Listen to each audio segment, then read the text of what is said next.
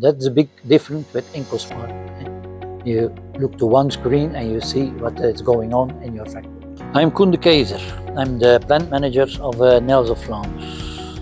Nels of Flanders is a nail factory that we start up at 2019. Our company, PGS, want to start up our own nail factory because it's easier to get wood than nails. So we chose for Incotec because it's a professional company. For us it was important we didn't use oil in the production of our nails. We don't want to wash our nails because we can produce faster without washing our nails.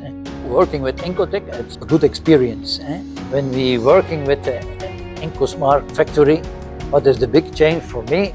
If I come here at 7:30 in my office, I look to the screens and I see they start up the production at 5 o'clock, and I can see between 5 and 7:30 if they have a good production or not. In the utilization you can see how many percent the machine was running. Before I didn't know.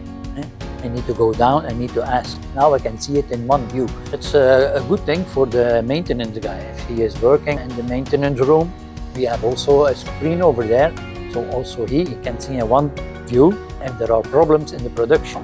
If there are too many red lights, he need to go, and he can also see which problem there is on which machine. If it's important, he can go over there.